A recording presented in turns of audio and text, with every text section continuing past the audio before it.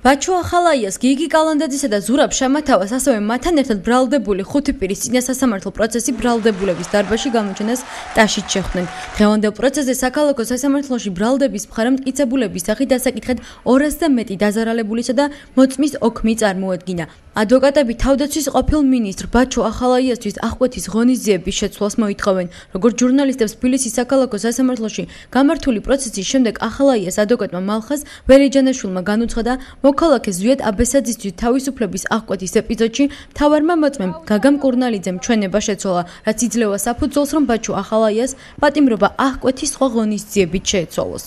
დღეს მოსმენილი იქნა მხოლოდ ბრალდების მხარის მტკიცებულებები და რაც შეეხება დაცვას, მას მიეცა უფლება, რომ 2013 წლის 28 თებერვალს დავაფიქსოთ ჩვენი პოზიცია და გაგრძელდება აღნიშნული სტომა. არ უთანხმებით აგერ ამ მის მიერ წარდგენილ არც ერთ ბრალდებას, მოგეხსენოთ 3 ეპიზოდში ედება ბრალი. ერთი ეპიზოდზე გესაუბრეთ, ეს არის გაგან კურნალიძის ჩვენებით საფუძველზე.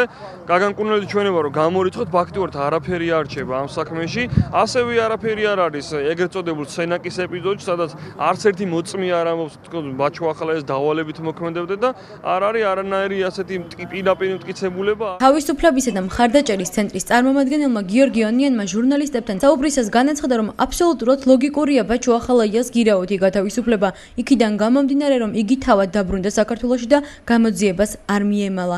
ონიანის ინფორმაციით, მკურნალობის მხრიდან დღეს ბრალის არაღიარება ნიშნავს, რომ პირველი ჩვენება მისცა ზეწოლის შედეგად. მისივე თქმით, თავდაცვის ყოფილი მინისტრი ვერც მოწმეებზე მოახდენს ზეგავლენას, რადგან საქმესთან დაკავშირებით მოწმეები სრულად არიან დაკითხულნი. გაგამ კურნალიძემ ჩვენება მისცა ზეწოლის ქვეშ და დღეს ეს ადამიანი მზადაა პროკურატურას გამოძიებას მისცეს ის ჩვენება, რაც არის რეალობა, რაც არის სიმართლე და სადაც ეს ადამიანი ადასტურებს, რომ არანაირი თავისუფლების უკანონო აღკვეთის ფაქტს ზვიად აბესაძის მიმართ, არანაირი გატაცების ფაქტს და არანაირი ჩხუბიზაცემის ფაქტს ადგილი არ ქონია. ყველა კარგად ხედავს, რომ საქართველოში პრაქტიკულად აღარ არსებობს პროკურატურა.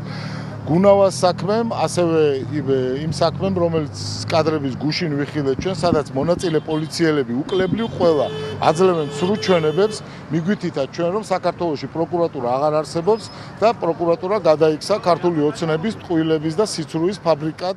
სასამართლო პროცესს ესწრებოდნენ ბრალდებულების ოჯახის წევრები და მეგობრები, ასევე იყვნენ ბაჩუ ახალაიას მხარდამჭერების ზუგდიდიდან ჩამოსულები. სასამართლო პროცესის განმავლობაში საქალაქო სასამართლოს მიმდებარე ტერიტორიაზე ეზოსა და შენობაში პოლიციის თანამშრომლები იყო მობილიზებული.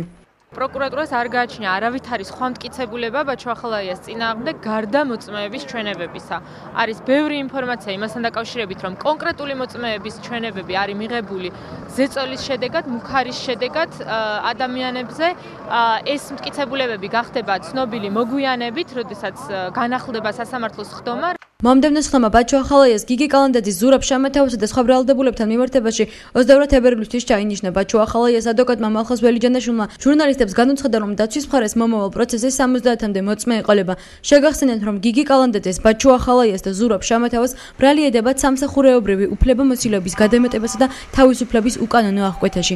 ამასთან ბაჩუ ახალაიას ბრალად ედება წამების ორგანიზებაში. დანარჩენი პირები კი, რომლებიც საქმეში არიან ბრალდებულები, ბრალდების ეპიზოდებში თანამონაწილეებად მიიჩნევიან პროკურატურის მიერ. ყველა კომპონენტის სილამაზისთვის სალონი ლეტუალი მარჯანიშვილის ოთახში.